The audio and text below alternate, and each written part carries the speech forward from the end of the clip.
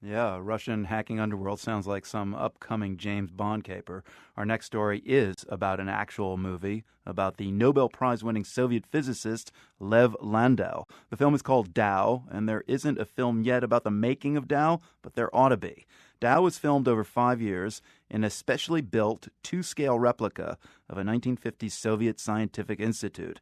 The director even flew in real-life physicists to Ukraine for a week to play scientists in the movie.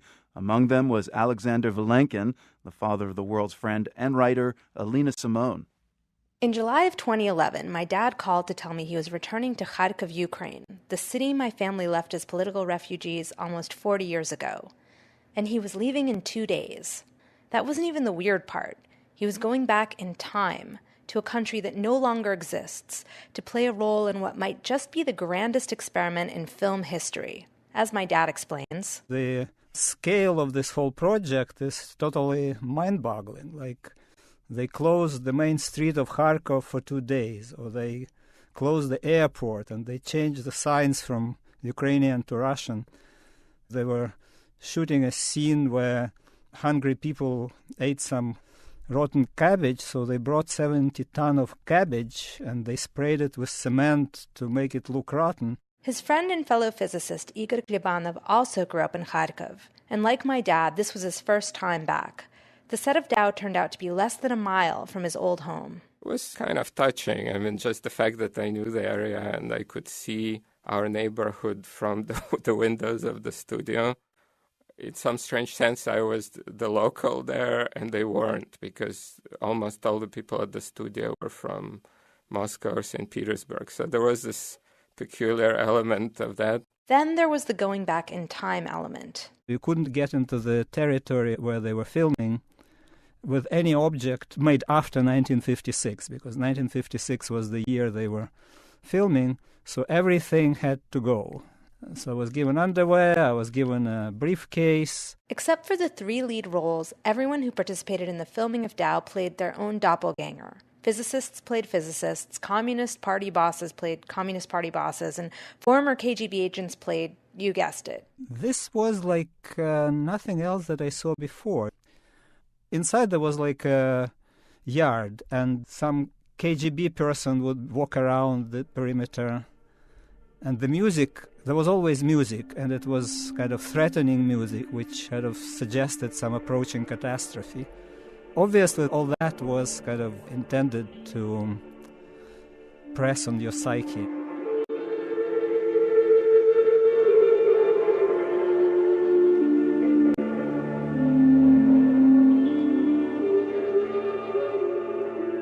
It probably presses on your psyche even more if you'd once been blacklisted by the KGB, as my dad had, and spent years as a persona non grata in his own hometown.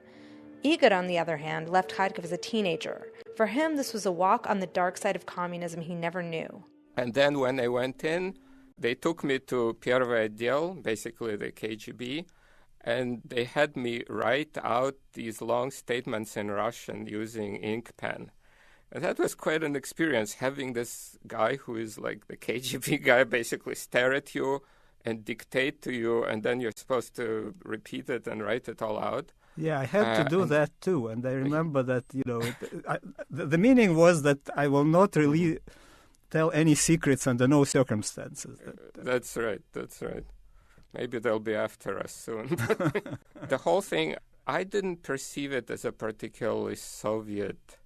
I mean, it was an allegory of Soviet life, but my immediate impression was that the Soviet life was far more bleak than what they created at this institute. Я по свету немало хаживал, жил в землянке в окопах в тайге. Sadly, it doesn't look like I'll ever get the chance to see my dad navigating this weird parallel universe. DAU has been scheduled to premiere at Cannes for the past 3 years in a row, but remains stuck in post-production. At least my dad brought home some souvenirs. I understand that was the custom when a scientist visited the institute. When he left, he was given some presents, and I left most of them, but I took a roll of toilet paper, which was a very kind of nostalgic thing, which was a deficit when I lived in Kharkov, very hard to get. But I got that. It still decorates my house. Now you know what you get when your dad goes back in time, back to the USSR. A roll of toilet paper. There's got to be some symbolism there.